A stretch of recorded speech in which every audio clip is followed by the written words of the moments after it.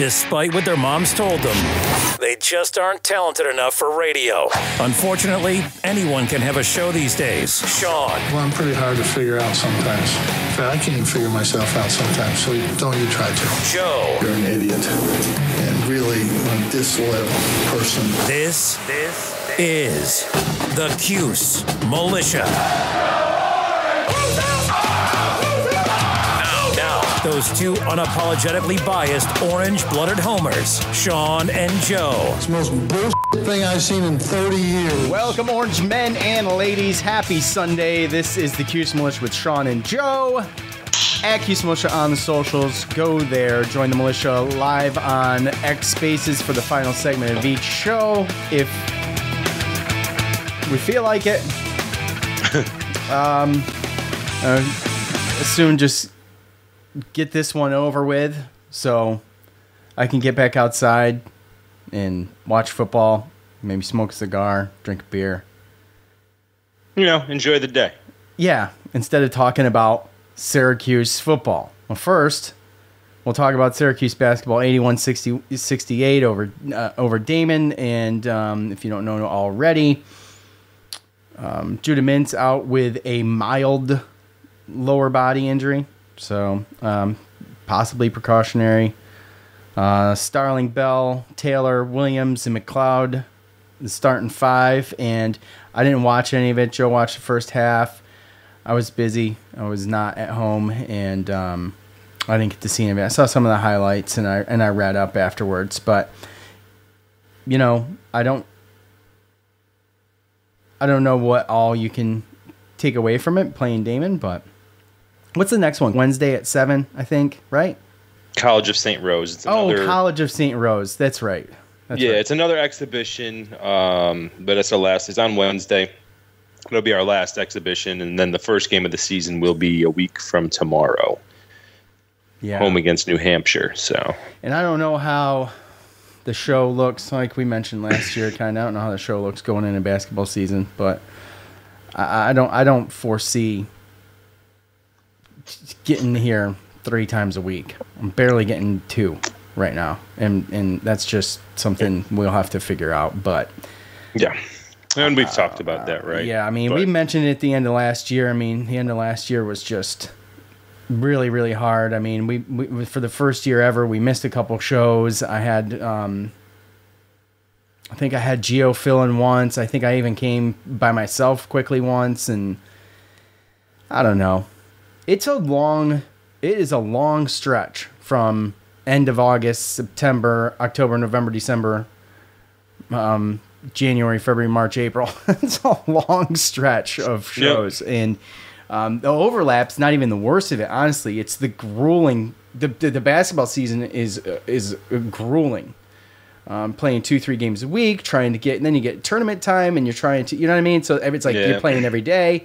Anyway, with that said, there's probably going to be a change of the format. It's probably obviously us going forward. I mean, unfortunately, right now, our football team is making it a little bit easier to run through these shows. But you know, in one sense, it's easier. In another sense, it feels stupid. It's super, super difficult. But as someone who doesn't have that much time and we're fitting in podcasts, you know, we can cut off 20 minutes when they're losing like this. So. It's all regurgitating the same thing, and But as far as the basketball team goes, they were like winning by double digits at halftime, and obviously got a little bit closer. A couple of things I saw: Malik Brown, he was playing great, but then it looked like 10 points in 6 minutes. He had 2 blocks and a steal, 4 for 4. From the floor and 2 for 2 from the free throw with a rebound, and he looked good, but it looked like he got a steal and then went down and finished a layup, but it looked like his groin had something going on. Munir Hima, he didn't play, precautionary. Judah Mintz, I think they're talking about, you know, some type of little slight sprain ankle. Mild lower body is what it said. Yeah, well, I've heard it's a kind of a sprained ankle type situation, and that, you know, this is all precaution. He could probably play if he wanted to. So I don't know if I'd expect to see him in the exhibitions, but yeah, I mean, Peter Carey got 8 minutes, Naheem McLeod only 15. I don't know if anything happened to him. I don't remember seeing him too much in the second half. So, maybe they had issues in the second half there's a lot of guards that were playing. Justin Taylor had 34 minutes. J.J. Starling played the whole game. Quiddier Copeland played 31. Kyle Cuff, 23. So, there was a lot of guards. And we obviously can match up with Damon like that because they're not that big either. But, man-to-man. Yep, there's a lot of man-to-man. They did some 2-3. They pressed a little bit. They switched it up, and they switched out the rotations too. So realistically, it was just fun to see, all the different newer guys, really. Kyle Cuff, he made some good plays. He had 3 steals. Copeland had 4 steals and 9 assists. But Cuff, he goes 3 for 6 from the 3-point line. Justin Taylor went 4 from 8 from the 3-point line. So those guys shot pretty well. And they shared the ball pretty well, too, considering that there's a lot of newer guys and they don't have Judah and some of the other familiar faces. So, hey, look, leading scorer had 12 points, and you had 6 players in double figures. Everybody that played scored. Peter Carey even had 4 points. McLeod had 8. But it was 12, 11, 10, 12, 11, 10. And, the minutes were all over the place, with 7 players over 15 minutes. So, and that's not even with Judah. I think it gives you a little bit of a glimpse of what it might look like. It might not be that, deep when we get into the tighter spots, but kind of gives you an idea of how they want to play and how they share the ball. Obviously with 6 players scoring between 10 to 12 points, they were sharing the ball. Yeah, well, we'll see. Like I said, it's a D2 exhibition score, right? It's tough to get any kind of, I think the first half really tells what they could have done. The foot came off the gas, it looks like to me. They were letting them shoot and kind of backing off a little bit defensively, and you don't want to just go out there and you do, but I don't know what it proves. Yeah, well, and the thing too is that they get a little fancy and they do try to do some things that they wouldn't normally do in a competitive game, right? So when we had 17 turnovers, there was a great play where Quiddier Copeland, he had a steal and he could have went up and dunked or laid it up, but he bounced it off the backboard and Benny Williams he was trailing and came and dunked it off the backboard. That was a good play. Stuff like that. 17 turnovers, but we also had 11 steals and 9 blocks as well. So Chris Bell didn't score, did he? Well, do you have a box from what I see, he had a 3. Okay.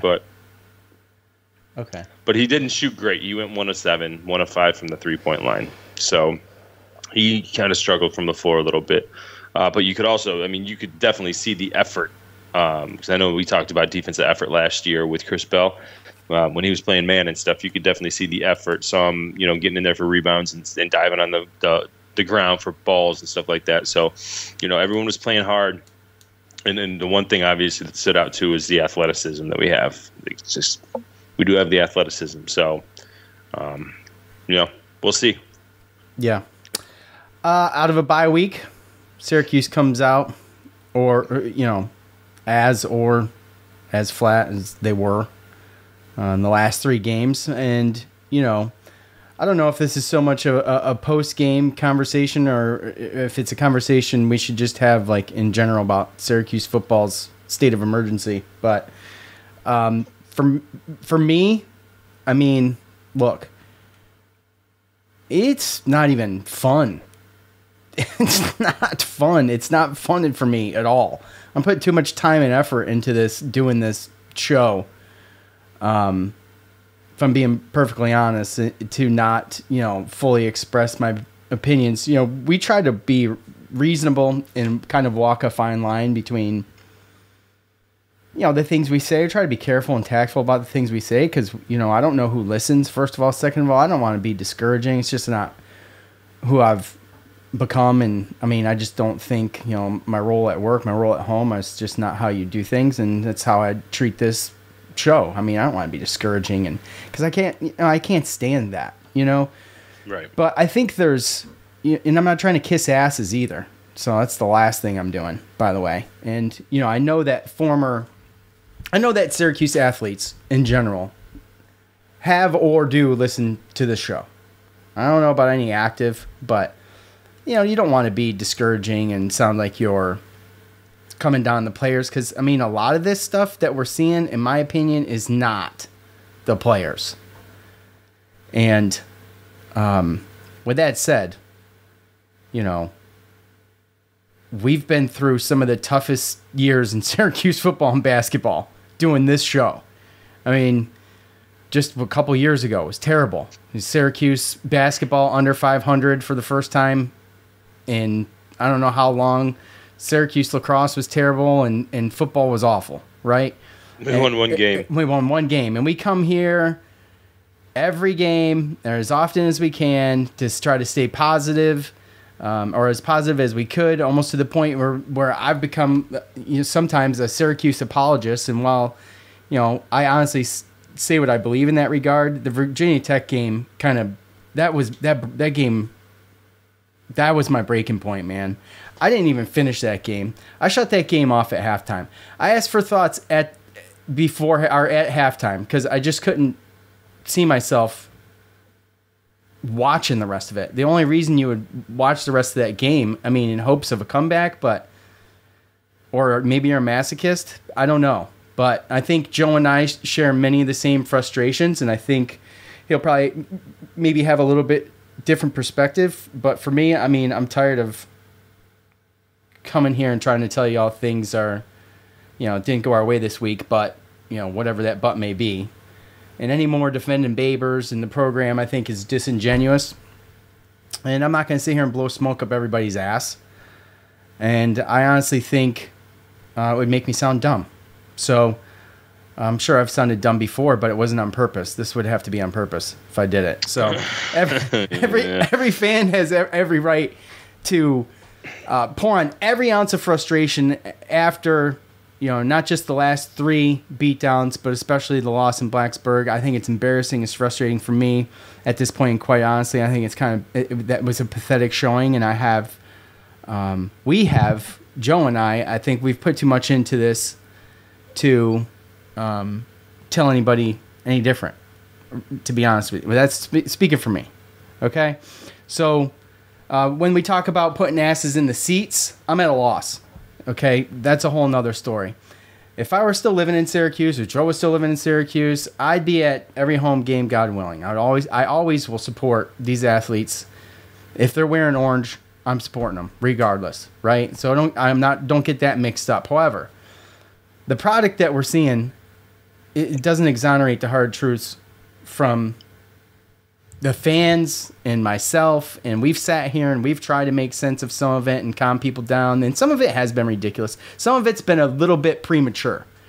But now, I think, you know, there's still 4 games left. Now I think that it's almost like anything goes within somewhat reasonable standards. There's still 4 games left. Syracuse still has a shot at a bowl. 2 weeks ago, I'd say that all of the rest of the games in the schedule were winnable. Right now, I've lost all confidence in winning anything. Okay? So the unpreparedness, the undisciplined play, the game planning, the energy, the in-game decisions, the fact that we're still talking about an identity on offense, it mostly falls on the coaches, and the leader of the coaches is Dino Babers. And I love Dino Babers, an amazing guy. I think that he's been a great mentor for these young athletes.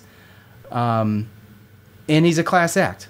But, you know, how much longer are we supposed to keep the faith, belief without evidence, quote unquote? I mean, for me, the evidence is there, guys. I mean, the evidence is there. I've seen the evidence. Yeah. And Syracuse football doesn't owe me anything or Joe anything. It's a couple of guys who do a podcast. But for the fans, and especially the players, I feel like we deserve better. I feel like the players that we have on this team deserve better. I feel like that this team should be better. We've seen what Garrett Schrader can do. He gets sacked 8 times. Dude, he's got nothing. There is nothing that guy can do. And he comes to his press conference at the end of the game with a smile still on his face. I don't know how he did it. Me either. I have no idea how he could honestly come there with that kind of attitude after I think that's just the person he is. I know, and that's my problem. He's highly religious and and you're right. he deserves better. You know, a lot of these kids. I mean, again, there's so many things. There's so many layers on this, right? But again, yeah, there is. It comes down to the coaches. I mean, we have to have the worst offensive line in Power 5 history. Maybe not history, but this year, right? It's pretty bad, Joe. I'm just saying. Like, it's pretty bad. Like you said, the talent that he's got around him. I mean, again, this isn't bashing the kids, but we're going against these other teams that are going out and retaining their talent, getting more talent, better talent, and they're getting other guys, like some of their best bench players, when they go down and they get other guys. And unfortunate things have happened in that area and stuff, but you got to do something to give them a chance. I don't care if you got to go get 2 more linemen, put one in the backfield for a fullback, put another one as a lineman on a tight end at the end. I don't care if you have to keep 7 in the block. You got to do something. Because if you're going to sit here, and then on top of that, I mean, we can also talk about the fact that the penalties on the offensive line were just awful as well. I mean, they didn't even giving you a chance. No, the first couple. No, and that's what we talked about, right? No, and how many games is that in a row? But don't kill yourself, and then they went out and did exactly that. We talked about that. We can't go 3 and out. We can't start this 3 and out shit. Garrett Schrader, he picks up an intentional grounding call. Okay. First play of the game. Next play of the game, I think it was, I don't even want to say because I don't know who it was. Someone was beat badly. And we got the holding call. The holding call. There's a hold. There was a false start. Okay, there was a false start. At some point, and I mean, the ineligible downfield, right? There was that was a penalty that backed him up against their end zone. And then I think the next play, it was a safety. I mean, and Garrett Schrader's got 0 time. And, I mean, he comes to the press conference talking about he needs to get rid of the ball quicker. Well, he doesn't even have enough time to get out of the tackle box because, I mean, he's trying to scramble in the end zone, and he can't. There was nowhere for him to go. And a safety. I mean, really?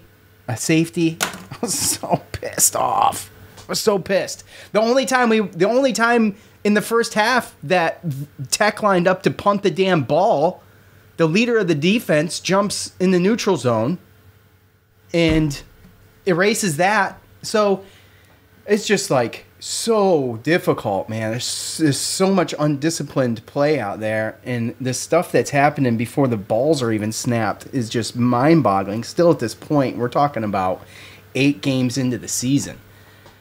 And it's difficult, man. And I mean, yeah. I knew Virginia Tech wasn't going to be easy, especially in the environment. But man, I mean, we made them look. I don't know what happened. Did UNC waste so much energy whipping Syracuse's ass that they haven't got it back together yet? I mean, you know what I'm saying? Like, people are winning games. Everybody in this conference is getting better. The landscape from here on out, in my opinion, has completely changed by what I've seen this football team do. And not just the past 4 games, but I'm telling you, like you can almost explain that away. But the last game is what did it for me. Teams are getting better. Joe, you'd mentioned you watched Georgia Tech. Okay, they ran for how many yards? 300 and what? Like 50 against North Carolina last night. I mean, that's almost unreasonable. Like against we couldn't. What the hell? We couldn't do nothing against them. So it's just frustrating, man. It's just frustrating. And as a fan, I mean, everybody's. I think everybody's pretty much. I've never been still this upset this far after a game. Usually I'm pretty calmed down, and I think coming here and doing this probably brought it back out because I was okay. But you think you know what I'm saying? You have to relive it, and the emotions come back again. And I just hate it. My bottom line is, guys, is that I hate it for the players. I hate it for the players more than anything. I hate it for the players more than I hate it for myself. Because I'm just a fan. You know what I'm saying? But part of it, too, is, I mean, you can't just give it all to the coaches, right? You can't because... If you want to sit here and look at it from the beginning, I mean, they're Syracuse, like you said, First play of the game, intentional grounding. Now we're okay. 2nd and 21. All right. Oh, holding. Now we're second and 28. Oh, Schrader runs for 7 yards. Yay. 4th and 21. We're going 3 plays minus 11 yards, a minute and 10 seconds. Virginia Tech kicks a field goal. We get the ball back. First play, false start. Now we're starting 1st and 15. Okay. Then we run. Quinn Allen lost 1 yard. Now we're at 2nd and 16, right? Like, Virginia Tech gets the ball, goes down and scores because we went 3 and out for 2 yards after a minute and 6. It's 10-0. We get the ball again. Quinn Allen, 4 yards, passing complete. 3 plays, 7 yards, a minute, 29 seconds. Virginia Tech gets a field goal. We get the ball again. They lost 1 yard, passing complete. Schrader sacked. 3 plays, negative 4 yards, 1 minute, 27 seconds. They go down, they kick a field goal. You have just done 4 3-and-outs for less than basically 5.5 minutes, and they're up 16-0. It was at the blink of an eye, bro. They're up 16-0 before we even get a first down. It's a blink of an eye. It really was. It was like so quick, and you just saw the same trend. I mean, dude, it's like watching. It's like watching every other game we've watched the past 3 weeks. It's like watching it on repeat. It's the same thing. Can't stop the run too. We talk plenty about defense and there's a lot of truth to it. I feel like you just made the point about not being able to stay on the field to give these guys a break, but just like blanketing the run stop defense is not there. Like we have struggled. We have struggled the past 4 games stopping the run. And mobile quarterbacks, forget about it. Yep. Forget about it. And there's a lot of talent on this defense, and I think that they can do it. And we've seen them make adjustments. I don't know what adjustments were made because I didn't even watch, so I don't even know. I don't know what happened in the second half. I never even looked it up. I just saw the score. So I saw, and I didn't see the touchdown either. So I have no idea what happened. And forgive me, but I mean, I had better things to do, like sleep. I got to get up at 4:45 in the morning, and it was just mounting frustration. So the timeouts, Babers is trying to save clock, and the broadcasters are like, well, he's probably going to send the house on this punt. He sends nobody. They get the ball after calling these timeouts to get the ball and then run and go to halftime. Like, I don't even understand. Some of this shit is mind-boggling to me. Like, I don't get it. I really don't. I don't understand the strategy of it. I don't understand, like, what the process, the thought process is. I don't know. Can you did you think about that? Were you like, what the hell's going on here? Like, I mean, to me, it looked like, an undisciplined team that wasn't putting themselves in position, and obviously the play calling wasn't great either. Yeah, that's been an issue. We've talked about that. I don't know. I mean, I see a confidence issue, I think, in everybody. Yeah. I don't know. I mean, Dino looks tired to me.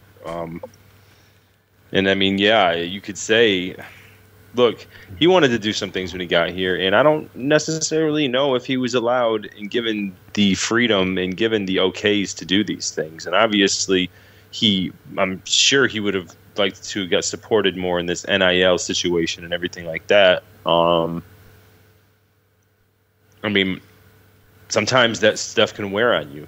You got a job, but you're not given the tools to be able to change things the way you want to do it. And at some point that gets disheartening, and you start losing confidence. You start losing, I don't want to say you don't care, because I know he cares about those kids. He cares about the program. He wants to be good. He cares about the coaches. But to me, it's almost like, I don't want to say giving up, but that's what it goes back to, the same thing of like, can you say now, like, oh, well, maybe we might need a coaching change, or we might need that.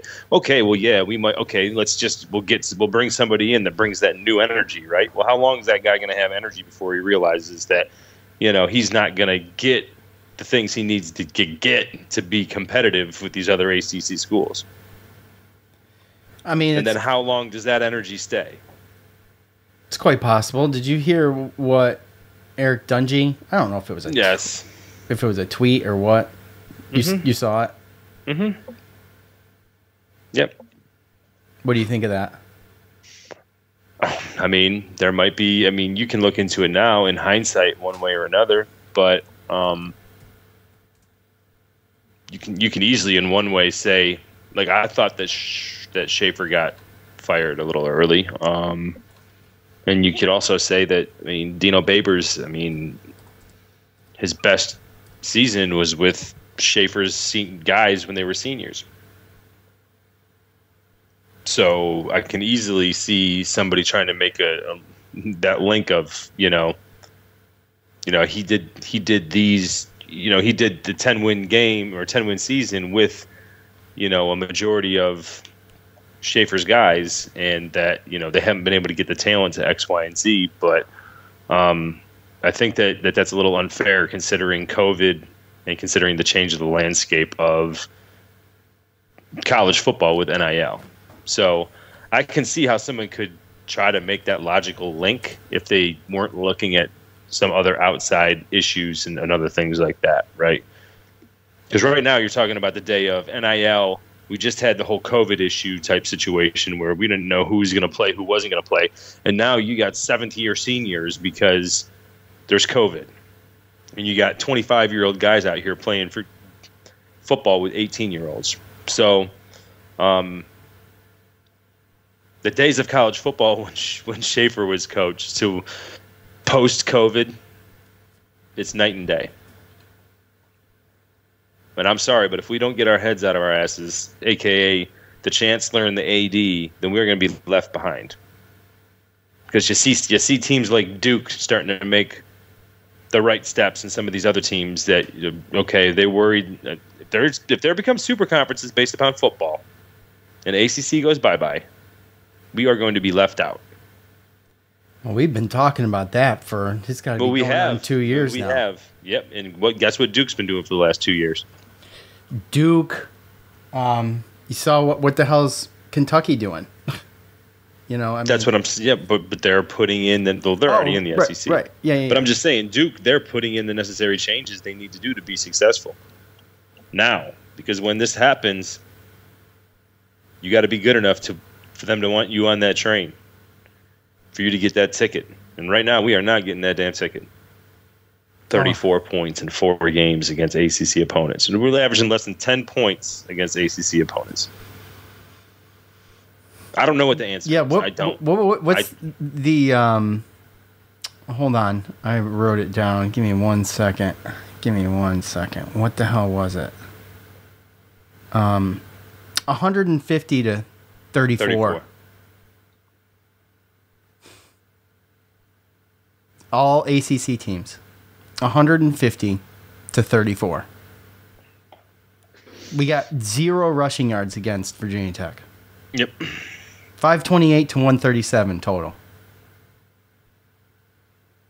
That was really only that's because they counted the sack yards against Schrader. Yeah, I know. Quinn Allen did run for 42 yards. Right, and Schrader lost 42 on 8 sacks. But I mean, that's the box score. That's what, negative. Right. I get it. I understand it. And it's a weird thing because he wasn't running the ball. He's sitting in the pocket. But the loss of yards has got to go somewhere. Right. So, anyway, let's say it was 42. Not great. No, I mean, no. So, better than 0. I mean, time of possession is another thing. Them with, 41 minutes, 42 seconds, us 18 minutes, 18 seconds, and we only had 9 first downs.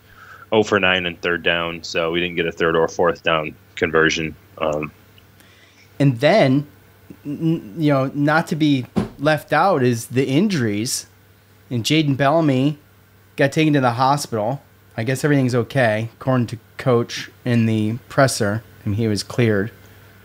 I got to imagine that was probably maybe a head or neck thing. I don't know. Right. Isaiah Johnson left. Derek McDonald left, and he came back. We saw the targeting on Amari Hatcher. By the way, we mentioned that. This Virginia Tech team has a problem with the targeting. That's something that they've been doing this year. Okay? Stupid penalties like that. And totally unnecessary, by the way. I don't always blame the tackler either. I really don't, because I think there's things that factor into that the rule is the rule, but sometimes it's unavoidable. But that didn't seem like it was not unavoidable. So Amari Hatcher, he never came back after that. Elijah Clark left and came back. Justin Barron left and came back. I think that's the second game in a row Justin Barron left and came back, and maybe he's getting a dressing done, or I don't know, maybe he's getting, you know what I mean, like getting retaped or something like that. But it's stacking up. It's the little things like that are stacking up, and just noticeably against Virginia Tech, it seemed like a lot of big names leaving the game, whether they came back or not. And that's what we're kind of used to at this point in the season anyway. But I don't know, man. When you listen to Coach talk and you hear him talk about before the game and coming out of the bye and in his presser, or hoping to get back to regular order as far as the offense is concerned, and they it's not even close. I mean, at what point is it like you said, I've lost confidence. I mean, if you're on the team, I mean, we've all been on teams that probably sucked, right? It's a confidence killer, and it's tough to get motivated. But I mean, they think about being motivated. What they do in the beginning of that game it really should motivate everybody. If you were watching it, I mean, that's something that all the fans participate in. Yeah, I mean, even then, you can use that energy as the visiting team too. That's my point. You should be able to. That should be able to hype you up. I mean, it hypes the fans up, and it should be able to hype you up. It's like the one tradition where the away team participates in it, right? Live, real time, right? So, and the players should feed off of that too. It just seemed like they didn't. They come out flat, period. I was not impressed. And you could see right where it was going immediately. Yeah, well, again, we spoke about it last week, about the whole PTSD of last year, right? And that's really where we're at. I mean, Do we do fan feedback? I don't really have anything else to say. I mean, there's some good comments. I mean, we don't got to go crazy, but all right, fair enough. Time to hear from you.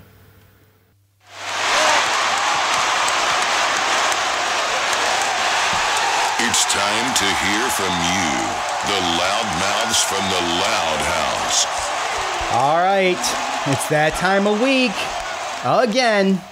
We ask for your thoughts on the game. You give them. We talk about them here. This one I did at halftime, and I let everybody know I'm doing it at the half. Thoughts on the first half, because I'm probably not going to stay up. And I thought about it, but I'm thinking to myself, why would I just stay up to post this when I could just do it now? Let's see. At Baptized by Fire 7 on Twitter. I'll do Twitter. Joel will do Facebook. I don't see how they get up to a bowl game. They are a really, really bad football team. I mean, ouch. We all know Dom. He's a pretty positive guy.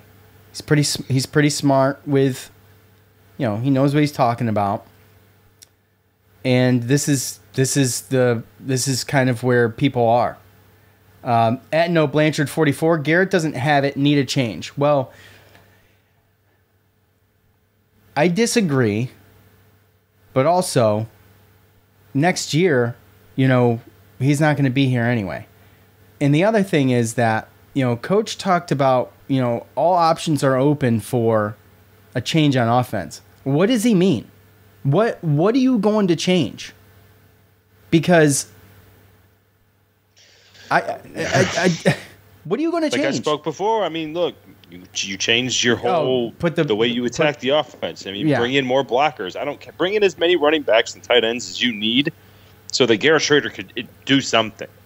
I don't care if he's just pile it up there, 2 tight ends, fullback, and start running the ball. And that's the only thing that makes sense, right? As far as maybe make a couple personnel changes, maybe on offensive line, something like that. Yeah, I mean, maybe, I guess we'll have to see. Don't believe that Garrett Schrader's in that equation because, guys, the thing about it is, like we were talking about in the post-game conversation, that he's not perfect. He's not, right, lighting the world on fire. He makes mistakes, but he's not only just the best option, but when he has support, he's pretty freaking good. I mean, he's pretty freaking good. And we've seen it. He's just not getting it. And I don't know, talk about confidence. You're the guy driving the ship, man.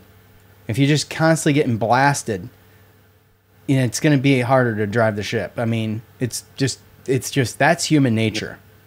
Well, yeah, and you hear, what's troubling too is you hear people talk about the ones that were at the games and stuff about Syracuse's body language, as far as on the bench and some of the players. Yeah, frustration and slamming. Well, just over there yucking it up, maybe not even looking like you're getting your butt kicked.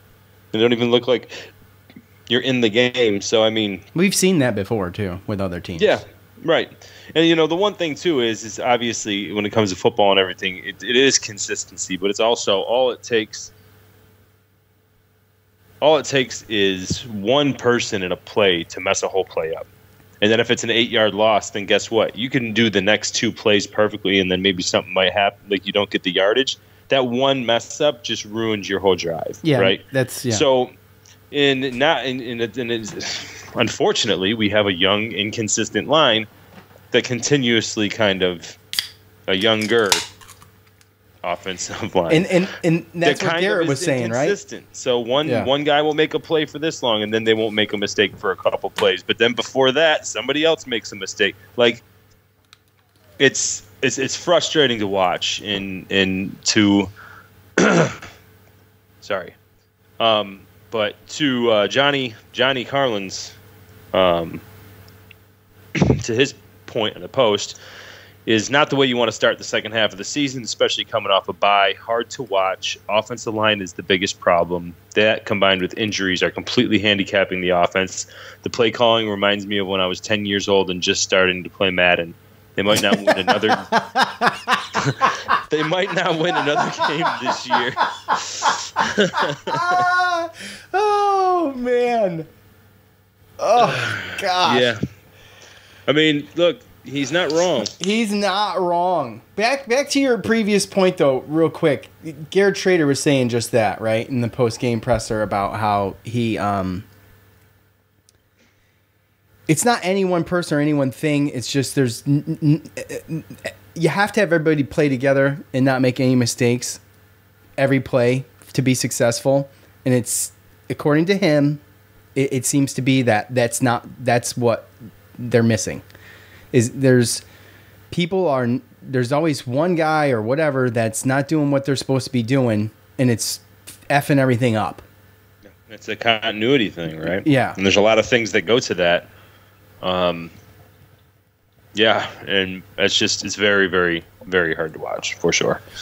Did I mention it'll be 7 years in November that we've been doing this show? Yeah. Like I said, we've been through some rough times, dude. We covered the worst basketball and football season in the same year. I mean, were they ever that bad in the same year? I don't think so. That was a rough year. You know what I mean? We're heading into our 8th basketball season. I don't think there's another Syracuse podcast that ever existed to hold the consistency with the same people that do what we do every game or every season, rather. It's not easy. And it's not. And I'm telling you, I mean, kind of my point to my rant earlier is like, this is an enjoyable thing to do. I love it. It's an outlet for me. It's going lower on my list of priorities just for the simple fact that my kids are getting older and it's getting harder to do. My job has changed, things like that, right? Right. The fact that this is where we are right now with the football season just makes it that much worse. You know what I mean? Yeah. It's like, Yeah. you remember those couple bad basketball seasons where we would have to talk about the same thing over and over again, and like, we did this show the other day. Right. You know what I mean? That's what I feel like we're in, and it's just, I think as fans too, we're just not used to it, and something's got to change. Belief without evidence. Well, that works for only so long. Yeah, I don't. I'm not calling for anybody's job. I'm saying let's see what happens, but I mean, you know. No, I get it. Look, so last year, right? We started off 6-0, and we come off a bye week and we beat NC State, right? And we're 6-0, which is rare, by the way. That was the bye week, right. Went in after a right. bye week. So last year we started off 6-0, then we lost 5 in a row, and then beat that Boston College team, went 7-5, then went to the bowl game. Were people satisfied? You think? I mean, I can speak for myself. I was satisfied. I didn't think there are the people like where I am now who probably would. That's not enough, and that's where I am now. That's not enough. I want to be. But you remember the 5 game? I remember. Like, I mean, yes. Yeah. I'm like I said, I'm right now, like, especially with who we lost and then who we brought in. Like, I'm perfectly fine. Like I said, 6-6, 7-5, getting a bowl game. But last year in that 5-game stretch that we lost, it was very frustrating, right? Yeah. And it was a situation where we had a chance to beat Clemson, and you know, some calls happen, whatever. You know, Schrader gets a little banged up. And then you remember we had the Notre Dame and the Pittsburgh game, right, where like Del Rio Wilson had to start. And we were like, those were ugly. Remember? Like, yeah, those were ugly. You know that those games, we lost to Notre Dame 41-24 and lost at Pitt 19-9.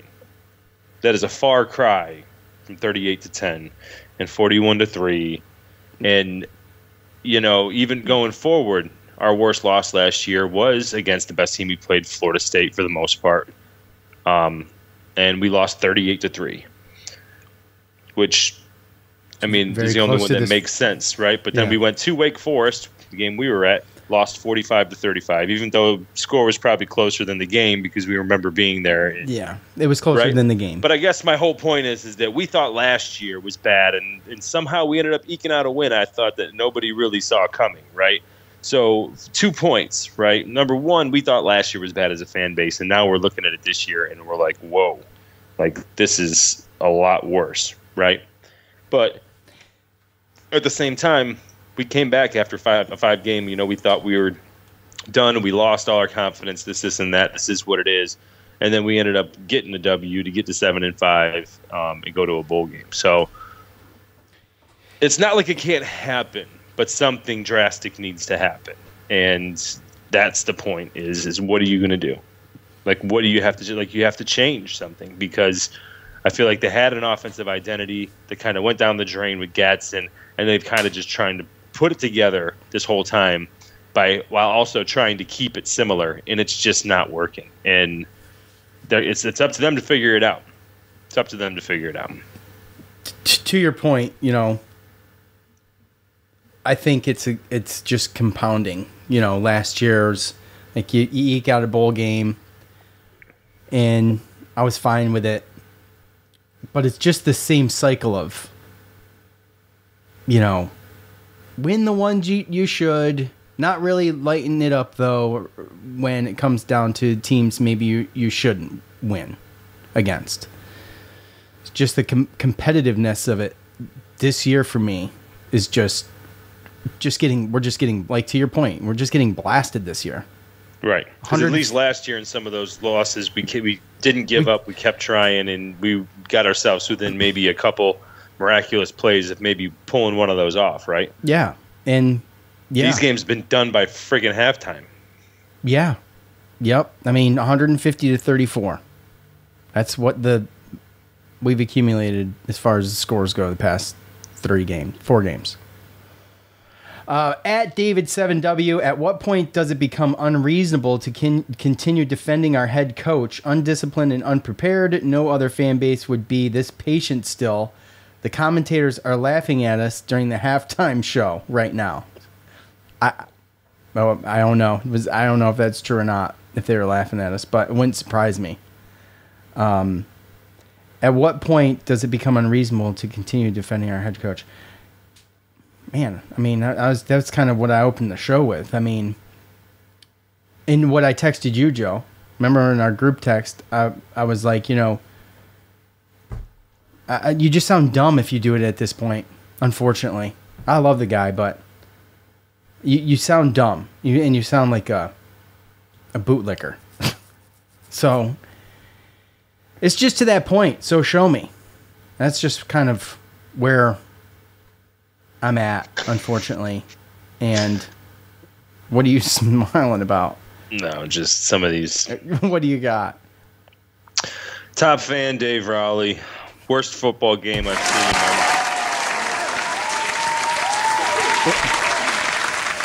my... Worst football team what? Worst football game I've seen in my mortal life.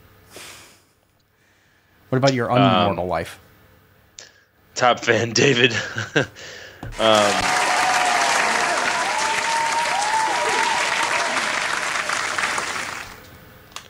Defense on the field all day again. O-line never got off the bus. The D is in backfield before the ball is. I can't watch anymore.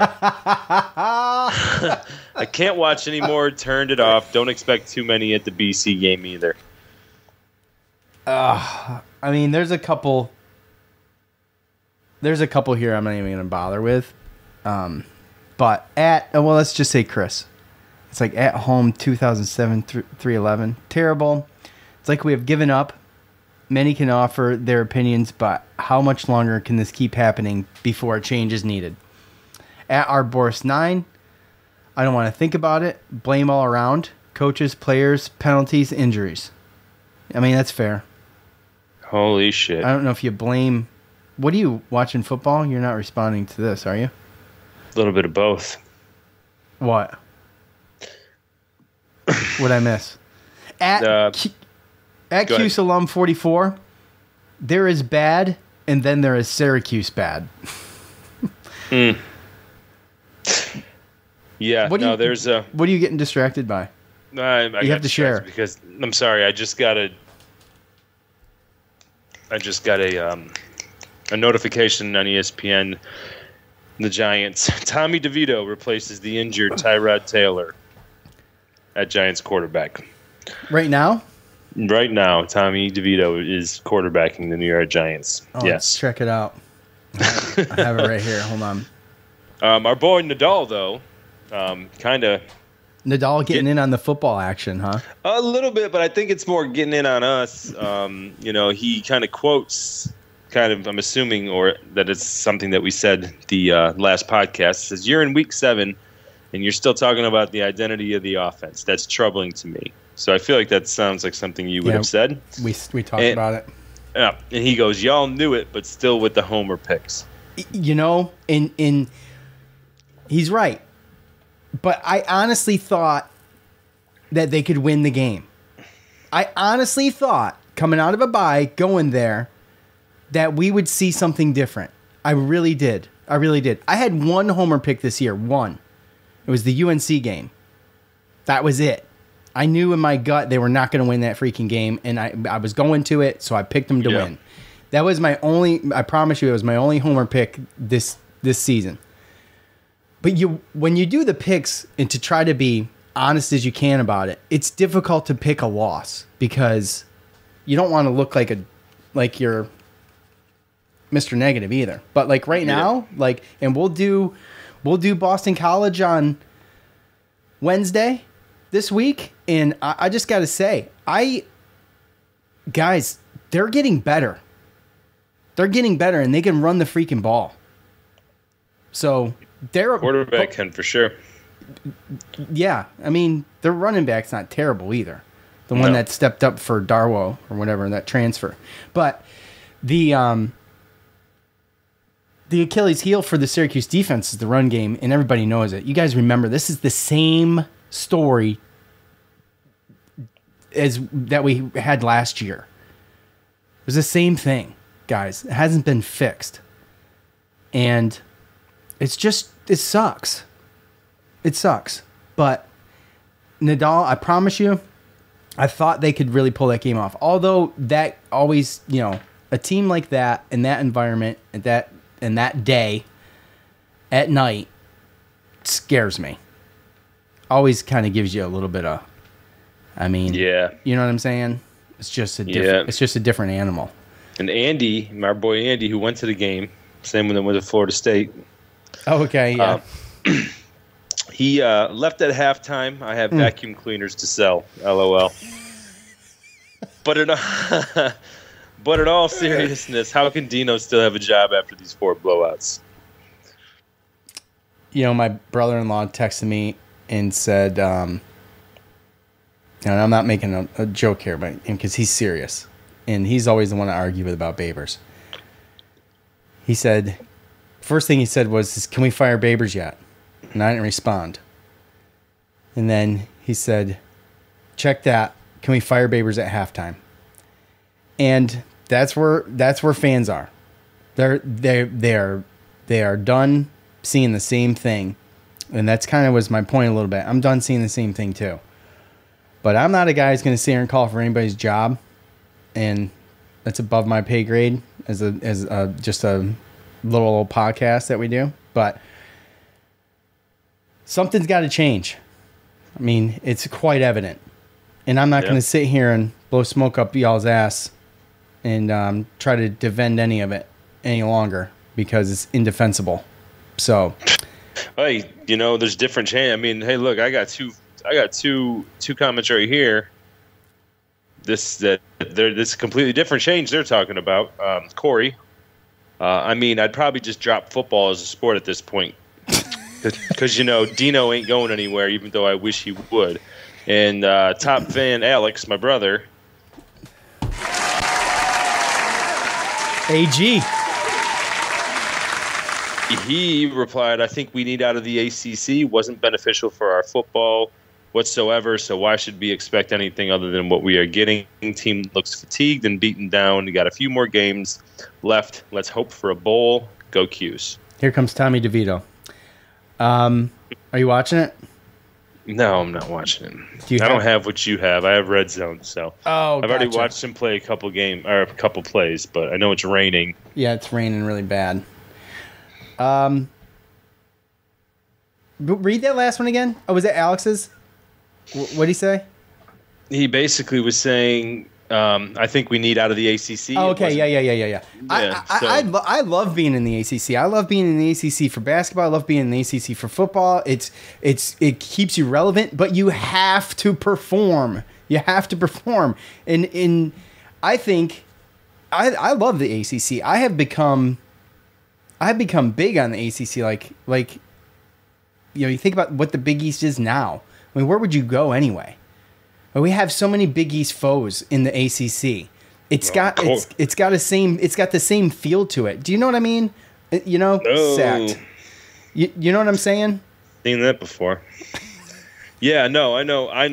Because you got Boston College, you got Pitt, you got Virginia Tech or whatever, but you have a lot of that old nostalgia in the ACC. I love the ACC. I just want to be better there. I just want to be better. It's not about where you are, right. What conference you're in. It's about how you build your program, and they're not building a program. They're treading water, barely treading water with this program right now. Yeah, well, Corey, the comment before, he said just to drop football as a sport. Then we could go back to the Big East. I don't want to go back to the Big East. Well, neither do I. I want to have a football team. The Big East isn't what the Big East was. They're still decent. No. I'm talking about the teams. Oh, I see what you're saying. Yeah, like I just, What's your beef with Creighton and Xavier? No. No, I like the teams we play. I love the ACC. I really do, and I just want to be better. That's the answer. It's not change your conference so that you can punch down. You have to be better to play who you're playing. You know what I mean? It's not about, for me, it's not about, we need to be in a less competitive conference so we can actually win games. It's about, no, we want to, this is the conference you're in, win games. Go out and do it. We're 0-4 in the ACC. We're the only team still that hasn't won an ACC game. Yeah, if I'm being honest right now, I think we win one. But when, I don't know. They could have run the table if they got better, if they progressively got better through the year, and even with those 3 losses in the gauntlet, they could have had a really, really stellar season. But do they have the Jimmies and Joes? They don't. That's my point. Yeah. I mean, I just feel like it's been harder and harder for that to happen. And again, there's multiple things, but people want to blame the coaches. But when you look and you're a decade behind people in facilities, and you're years behind people, I mean, your programs, your nutritional. We programs just got a and nutritionist, right, yeah. And all that else, right? Okay, and then you're talking about not being able to pay the coaches. Right? I mean, we talked about retaining our talent. We can't retain our talent, and we can't retain our starters. We can't retain our coaches. Tony White just made a lateral move because we couldn't pay him $200,000 more. Yeah. He left here where he was doing well to go over there to Nebraska for the same. We shouldn't be losing. If we're losing offensive coordinators, it should be number one, because they're not doing their job and they get fired. Or B, they're going to be a head coach somewhere. Yeah, not to be an offensive coordinator for just a little bit more money. Right. You got to work that out. So at the end of the day, that is a Syracuse above Dino Babers problem. Yeah. Dino has always had problems retaining good, talented coaches. Yeah, to some extent. There's relationships built there too. But, that... He couldn't retain a staff he brought over from, Bowling Green. Yeah. They go 10-3. They couldn't pay them enough to stay. So again, at what point does a coach get I understand. Get disheartened because you're not given the tools? Meanwhile, you're getting judged as a head coach, and people don't know that behind this. You've heard him get asked questions about NAL and stuff. He doesn't want to talk about it, and you can tell in his face he ain't happy about it. I totally agree with you. He's not given the tools to be successful in the ACC, while everybody in the ACC is putting all their eggs in the basket to try to get better, especially in basketball and football, not Olympic sports. I understand. But as a coach, you have to lead a team. You have to have them prepared. They have to be disciplined. And that's not happening either. And I understand. I agree with every word you just said. I just, something's got to get better. And I have very little confidence that it will. And we've bagged on the higher-ups, Seward and Severed and whatever the hell his name is, and Wild Hack. We're behind in NAL money, and then you get rid of your biggest donor. And that's a whole nother story, comment. Right? No, there's no public comment, but... That's a whole nother story. Again, obviously there's a lot of things behind the scene that we don't know and we don't see, which again goes exactly to my point of why it's very difficult to blame one person. I mean, one person is going to make or break your NIL, though. Or a Dino, right? Yeah. I mean, one guy's not going to make or break your NIL, though. I mean, obviously, Weitzman was... no, but it's a good start. Yeah, it's absolutely. I mean, to really do it would be to crowdsource this thing. You know what I mean? You crowdsource this thing and make it known and push it out there. I mean, who wouldn't donate $50-$100? What if you did it every year?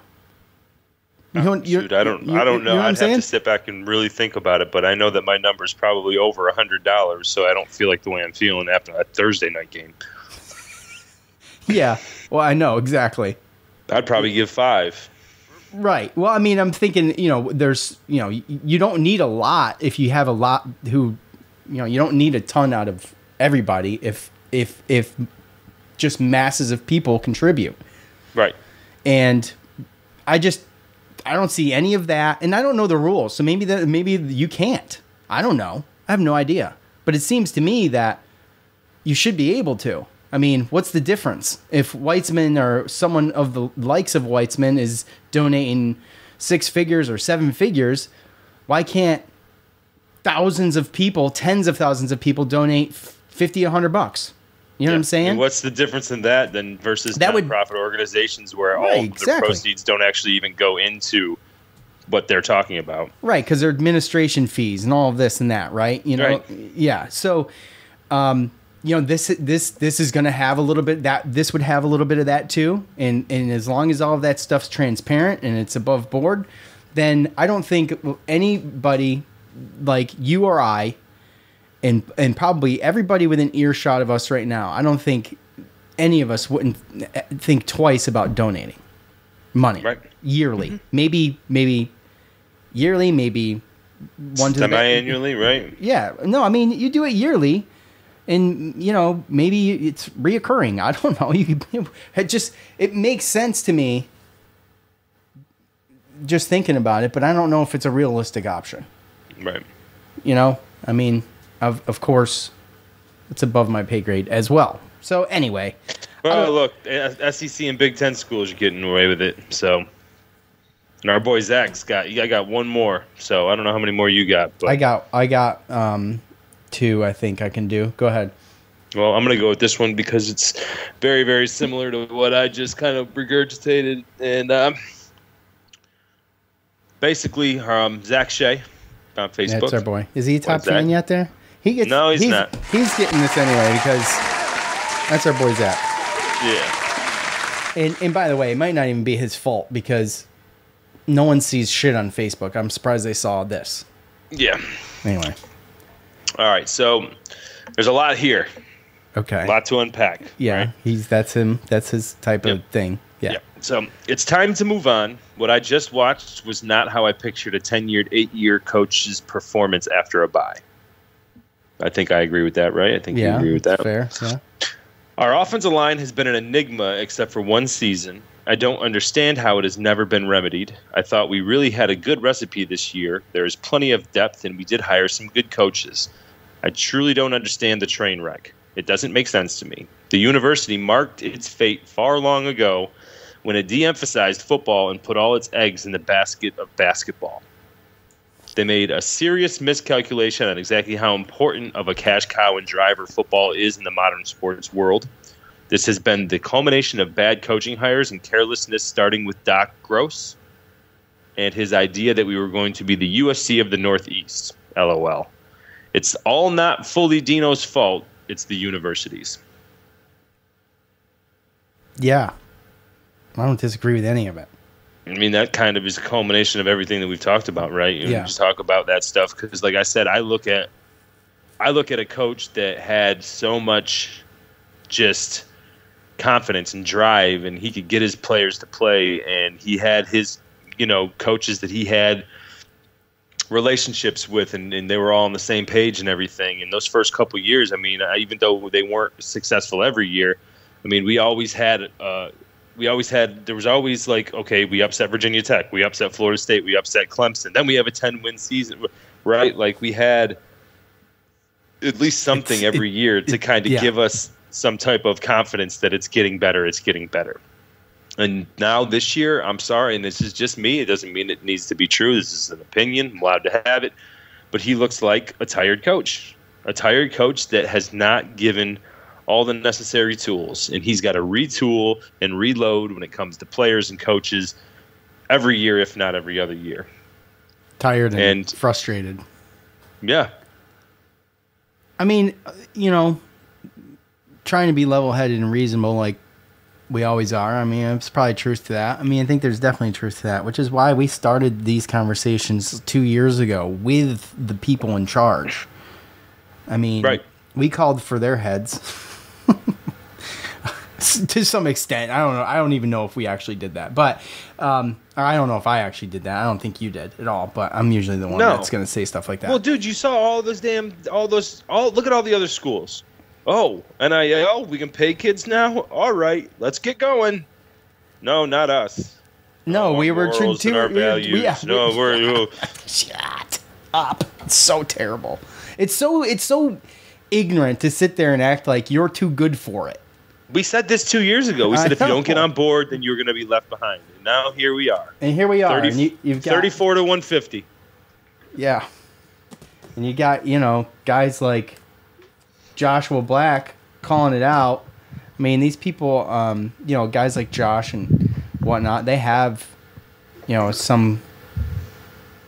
got connections. I don't know to what extent this NIL stuff, like how hard it is to do, but it can't be that hard because there's someone on every other team doing it. So let's do it. And I know that they have something. I just don't know where it's coming from. And, because we went over the NIL numbers before football season even was a thing this year. Right. We went over them, and they didn't look terrible. But I didn't have anything to compare it to either. At Mike S748555165. Worst half of football I've ever seen. Been watching for 65 years. Good golly, Mike. Damn. No offense, negative 6 yards rushing, no D, secondary can't cover or tackle, O-line can't block anything. D-line is anchored by a 5'4" nose guard. Can't move the ball at all. One back. Penalties, injuries. Yeah, that's a good point. The biggest takeaway from that is one running back to me. And, we don't see much else. And by the way, we can't move the ball. You mentioned no line. I mean, it's just be interesting to see what happens. Finally going to be back in the dome. It's going to be, by the time we get there, it's going to be like 6 weeks. Right? Pretty sure. September 9th, I think. No, it's been great. I'm sure those Boston College fans will be loud. Oh my gosh, don't get me started. I hate Boston College. Yeah, me too, but guess what? And by the way, I got Tech fans at work too, so just to make things that much worse. It sucked. It sucked. I hate that shit so much. Yeah. But anyway, it's all good. It's got me to the point where I don't even know if I'm gonna be able to wear any Giants or wear any Syracuse stuff at work anymore. I have at least until basketball starts. Last one at J Bayheim Burner. Certainly some positives. Just need to build on each little one. Looks like overall it's coming together. As each one builds up, you start to win. So we should be there in 21-45. Oh man, such a snarky comment. I know, but what better way to end the show than that? So, dude, look, it's not that we've seen other teams this year that look awful, and then you make a change or something happens. But it sucks that we're at the point now where we have to start with okay, let's just see what we can do when we don't have a penalty. On a possession. This is week 2 shit. That's week 2 shit, not week 9. Yeah, I know. That's the problem. Yeah. Because we don't even know what this offense looks like, because starting at 2nd and 16 or 2nd and 25, you're not even giving yourself a chance. Yeah. It was the first 2 series of the game. Yeah. Next they're punts and... It was actually the first 3 that were really bad like that. I think that was the first 4.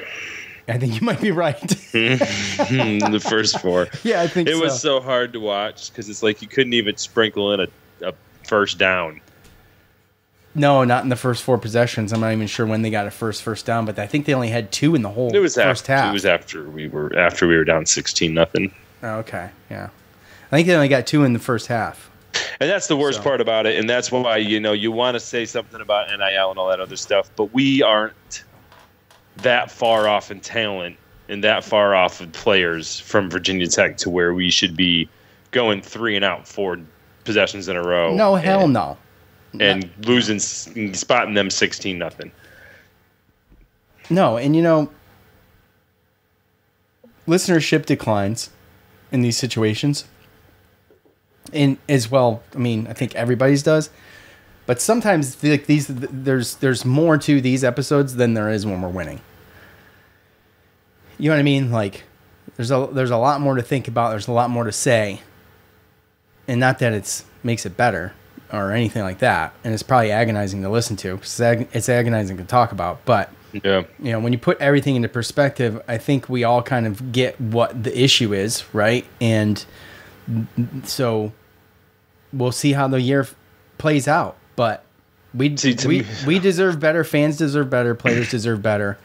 And I think that the change needs to happen. With that said, though, we have to understand as fans that we can't sit here and just wait for the change either. Okay? I think part of it is the fact that I think people above Babers haven't put an emphasis on football. And that's really, really what it is. That's what we need to do. With the state of everything and where it's going with NIL, these super conferences, who knows what the NCAA is going to look like or if people are going to disband from that. Like, I mean, at some point, it's going to be a situation where we're going to have to fit and be wanted in this group of teams to say, okay, you guys are good enough. You're going to be able to bring the money. So it is what it is. At this point, this year, it's over. It's a water under the bridge at this point. I mean, I want to go to a bowl game. I want everything like that. But this university, the chancellor, the AD, everybody, they got to get together in a room and they got to put a plan together to figure out what do we need to do to make sure that we're not left behind. Because you've already hamstrung yourself. You know what I mean? I mean, it's pretty ironic that we have our chancellor and our AD that wanted to start slow, right? We always talk start slow. Don't set yourself back 14-0. Well, that's what our AD and our chancellor did to our football team, to our athletics, is they set us back. They started slow, and now we're paying the consequences of it. So what are we going to do to win the game, to catch up, to be relevant? Because what we're doing, it ain't it. Yeah, okay, we got this Lally Center. That's great. You got to hurry up and get that built. But right now, you got to get NIL money and retain your talent, and you got to get some guys in here. Yeah. Otherwise, by the time you get the Lally Center built, we might be left behind. Yeah, and like I said, I'd love to know how much that costs. Yeah, I don't know how much it was. Well, I just know that. I know there's a lot of donors that put into that could have been NIL, and our university could have just paid for it. That's my point, yeah. Could have already paid for it. Yeah, I mean, look, they don't know what the hell they're doing. They just, at the end of the day, they obviously don't care. I mean, it's not priority. It's just not priority. I won't want to say they don't care because I'm not going to judge what their intentions are, but it's obviously not their priority. And that's, well, it should be. I understand that. I totally agree with you, but it's obviously not. The way I look at it is they've been taking advantage of the situation without using that advantage to try to gain more of an advantage, right? Or we're going to take all the benefits, but then we're not going to give anything out from it. We're not going to upgrade everything, We're just going to take this thing for granted. Oh, it'll be here forever. Oh, yeah, the ACC money will be here forever. I don't think it's going to be. Yeah, I don't either. So it sure got. So you better start bucking up and spending some damn money so that you can. Because guess what? If you get left behind, all that money that you've been expecting and you've been taking advantage, it's going to go way down. It's going to go way down when we're in the damn Conference USA, American. I really hope that we don't have to go there. I mean, not just there, but just go there in general. I'm talking about leaving conferences because it's sooner or later there's going to be a super conference, and it's going to be for all the marbles. Or it's going to be two super conferences with all the marbles, right? Or one or the other, and it's going to be set up like the NFL. Yep. And you're going to have a real playoff system, and it's going to be only X amount of teams, and if you're left out of that, the recovery from it would be nearly impossible to recover from that, and then you're left in the B League.